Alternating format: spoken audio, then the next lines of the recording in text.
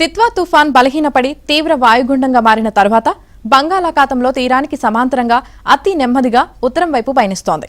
మరో 2 రోజులు ఉత్తరంగానే పయనించి చెన్నైకి ఉత్తరంగా తీరం దాటడం లేదా సముద్రంలో బలహీనపడే అవకాశముందని వాతావరణ నిపుణులు అంచనా వేస్తున్నారు. రాయలసీమ, దక్షిణ కోస్తాల్లో పలుచోట్ల, మధ్య, ఉత్తర కోస్తాల్లో అక్కడక్కడ నిన్న వర్షాలు కురిశాయి. మేఘాలు ఆవరించడంతో చలి వాతావరణం నెలకొంది.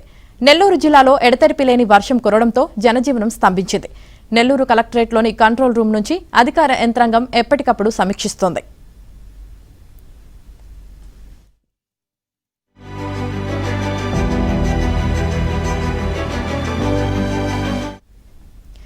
దక్షిణ కోస్తాలో అనేక చోట్ల, ఉత్తర కోస్తా, రాయలసీమలో పలుచోట్ల వర్షాలు, కోనసీమ, పశ్చిమ గోదావరి, నెల్లూరు, తిరుపతి జిల్లాలో భారీ వర్షాలు కురుస్తాయని వాతావరణ శాఖ తెలిపింది.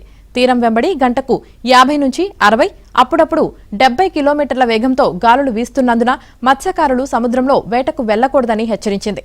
మచిలీపట్నం, నిజాంపట్నం, ఓడరేవు, కృష్ణపట్నం రేవుల్లో 3వ నెంబరు, మిగిలిన రేవుల్లో 1వ నెంబర్ హెచ్చరిక ఎగరవేశారు.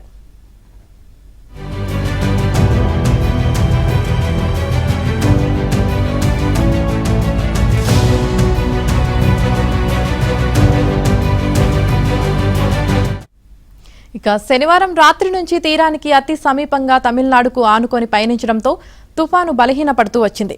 తీరానికి ఆనుకొని పయనించడం, పొడిగాలులు తుఫాన్ వైపుగా వెళ్లడం వల్ల తుఫాను బలహీనపడిందని ఇస్రో వాతావరణ నిపుణుడు తెలిపారు. ఏపీలో మరో 2 రోజులు వర్షాలు కొనసాగనున్నాయన్నారు. ఇవాళ ప్రకాశం, నెల్లూరు, తిరుపతి జిల్లాలో అక్కడక్కడ మోస్తరు నుంచి భారీ వర్షాలు కురిసే అవకాశముందని విపత్తుల నిర్వహణ సంస్థ తెలిపింది.